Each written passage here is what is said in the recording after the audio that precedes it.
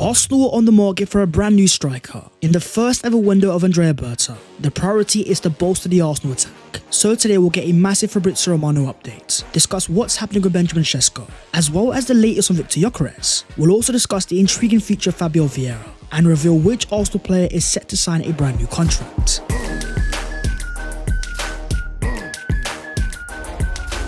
Yo, what is going on guys? My name is Basketball T and welcome back to Boys Channel, and let's just say the transfer window is starting to truly develop, especially after a massive Fabrizio Romano update. As per my friend, smash a like on this video if you do enjoy and subscribe to the channel if you are new. But starting off with Arsenal's close agreement. When it comes to Arsenal and Mr. Reliable, there's always one player that comes to mind.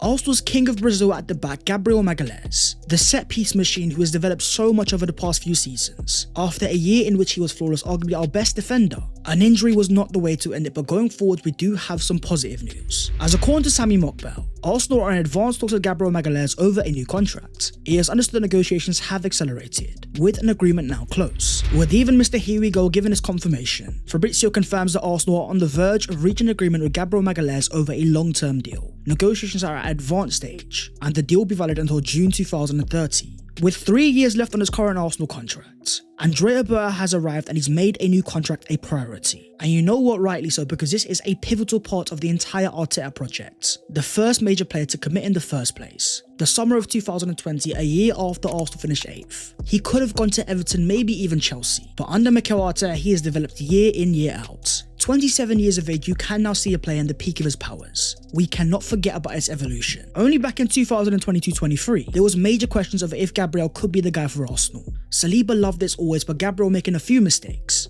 Well, since 2023-24, Gabriel has not made a single error leading to a goal, as well as giving away 0 penalties.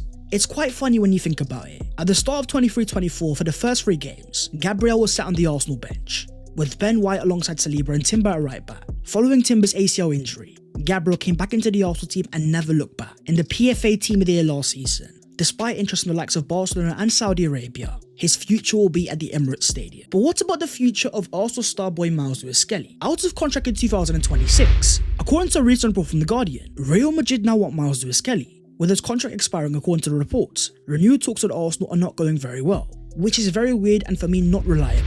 With the very reliable hand of Arsenal already confirming, both Ethan and Miles are in the final stages of agreeing a new long-term contract. Andrea Berta is concluding the final details, with an official announcement soon. In this case here, you've got a player who's come through the academy, is Arsenal through and through. Wages will definitely not be a problem, starting week in, week out, thriving on a consistent basis. With the left back or central midfield, Miles is a long-term part of Arsenal's future. So according to Graham Bailey, Miles is expected to receive a huge wage increase at Arsenal. Talks are progressing well over a new deal, and it is fully expected that it will be finalised ahead of the new season, likely before pre-season begins. As Miles is a part of 8 English players to be nominated for the 2025 Golden Boy Award, of course alongside his boy Ethan Nwaneri.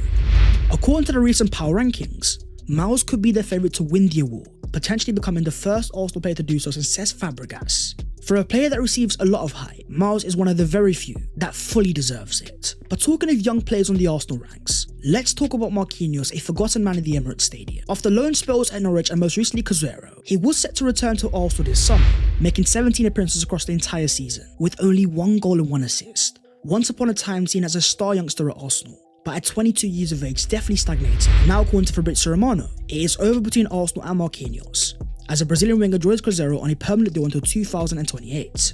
Whether it's the emergence of Ethan Nwaneri or the fact that the player has not reached the heights, it's all the best towards Marquinhos. But he is a reminder of Arsenal's failed attempts in the Brazilian market. With the likes of Chelsea going for top stars like Estavio, look at Real Madrid, Rodrigo and Vinicius. There are top talents coming out of Brazil on a consistent basis. The fact that Arsenal, who had Edu Gaspar, yet still failed to make the signings. Apart from Gabriel Martinelli, Arsenal have really failed in the Brazilian market. And where things get even more damning is this report from Jordan Davies, saying that Arsenal passed on the chance of signing Kavritsa Kvaratskhelia 4 years ago due to a divided opinion on his potential, with a former Arsenal scout revealing that he had scouted the player at a tournament, but the Gunners signed Marquinhos a fortnight later. There's no point of looking at the past though, let's move on to the future. In terms of Arsenal's brand new wide forward signing, confirmed to be a priority for Andrea Berta this window, the name of Leroy Sané has popped up. With Sky Sports News now confirmed, Arsenal have been offered the chance to sign Leroy Sané if he does not extend his Bayern Munich contract, after his agent held talks with the Bayern Sporting director. We've talked about his numbers and we know about the player, having thrived under Pep and Arteta back in 2017, an integral part of City Centurions. While at Bayern Munich he has played mainly on the right hand side, with the arrival of Michael Olise, Sane is no longer a guaranteed starter.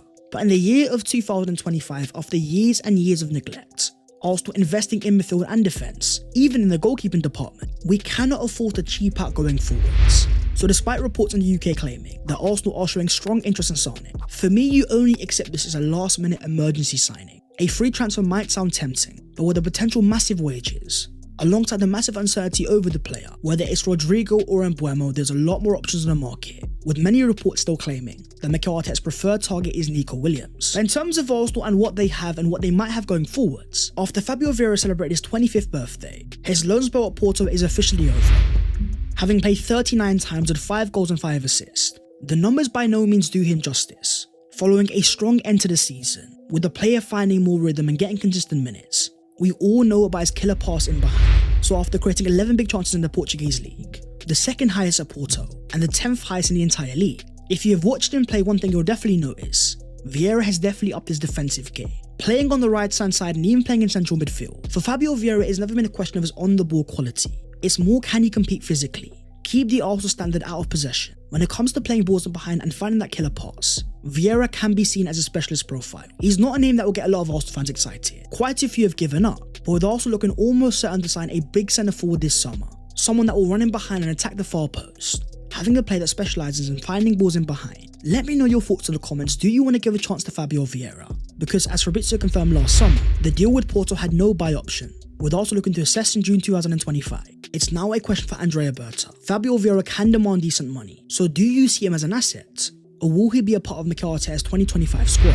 But moving on to the big forward development, with the centre forward market starting to heat up, especially after Chelsea signed Liam Delap, with a here we go confirmed and a £30 million release clause triggered. For Arsenal, Delap was never a target, but the likes of Ekitike, Gyökeres and Sesko were. The question then became who were Arsenal actually going to pursue.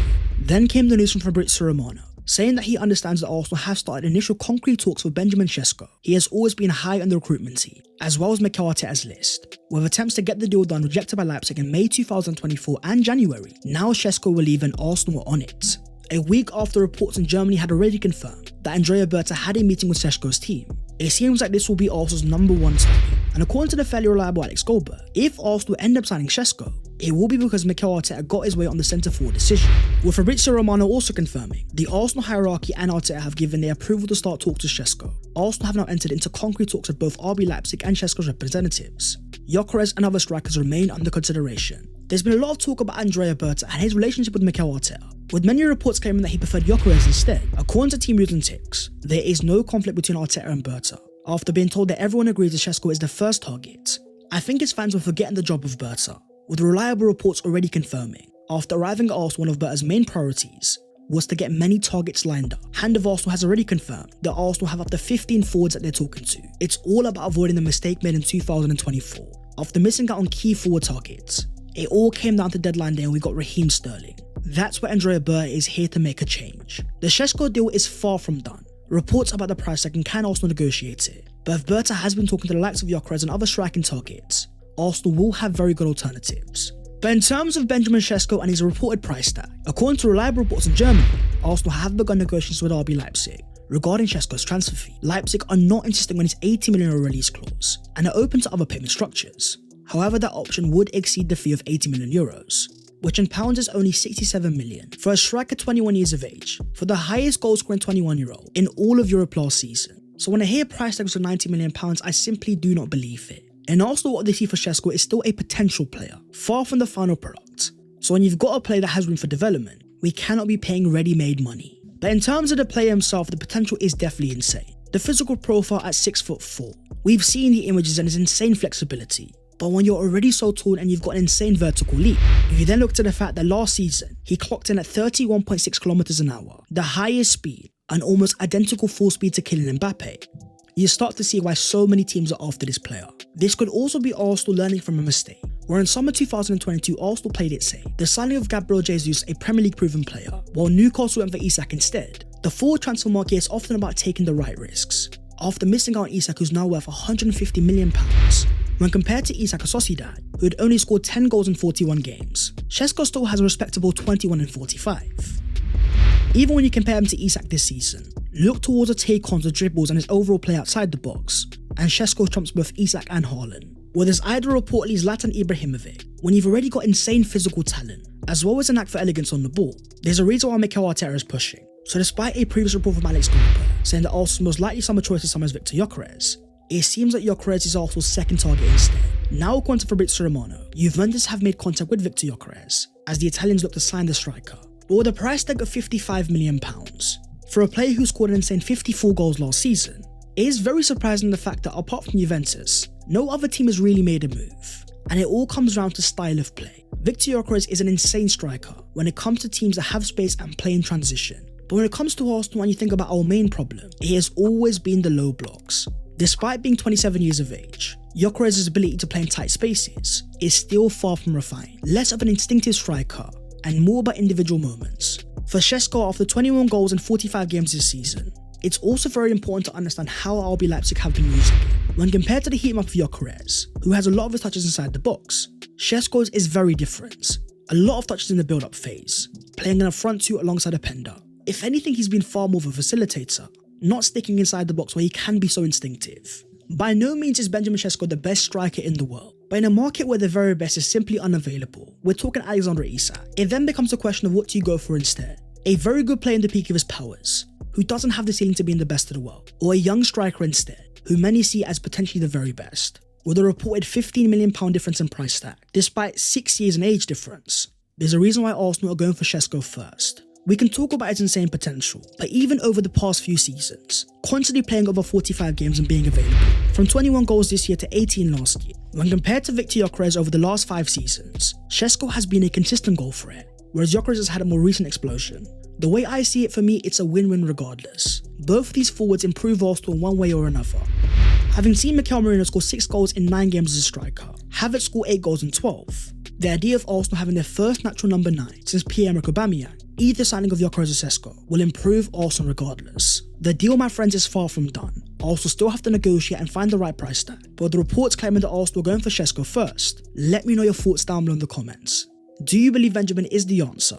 And also, what impact will it have on Kai Havertz? After 3 months out, returning from a hamstring injury at the end of this season, according to The Athletic, whoever Arsenal sign, Kai Havertz is still expected to start next season as Arsenal's first choice up front, and he will play a lot more games than many expect. Now, I don't think he'll be our starting striker. It will be either Sesko or Gyökeres, but after 14 goals and 8 assists in his first season, then a combined 20 goals and assists in 2024-25, for me, Kai Havertz will play as a secondary striker, the role in which he thrives so much at Bayer Leverkusen, a smart player behind the striker, arriving instinctively inside the box. We've seen it in glimpses in the past alongside Gabriel Jesus, but with Sesko and Gyökeres both being more natural, after 48 goals and assists in his first 2 Arsenal seasons, for me, Kai Havertz is still going to be an integral part, averaging a goal involvement every other game. Havertz is a consistent goal threat, which is the main reason why he will still be starting for Arsenal next season. The main thing for me is all going to be about timing. With the arrival of Zubimendi all but confirmed, according to reports in the UK, Leipzig have told Sesko in talks this week they are looking for a quick sale and they can leave as soon as possible. Leipzig know that Arsenal remain interested. When you think about summer 2022, the early signings of Zinchenko and Jesus, the insane start that Arsenal had to the season, it was all because they had time to bed in. Deals done as early as possible. With all the pressure that Arsenal have going into next season, it is vital they make a strong start. So with a midfielder confirmed, a centre forward in the works, the question then becomes how soon can Arsenal get a deal done? And who's the wide forward they're going to go for? That is the video there and there, so hopefully you guys have enjoyed. If you have, don't forget to smash a like and also subscribe to the channel if you are new. If you want to follow your boy on all over social medias, and the links are down below in the description. But that was all of your latest Arsenal transfer news today. After a major breaking news on Benjamin Sesko, we could see some more developments going into next week, especially come Monday. So my friends, I'll see you guys next time. Take care of yourselves and good days.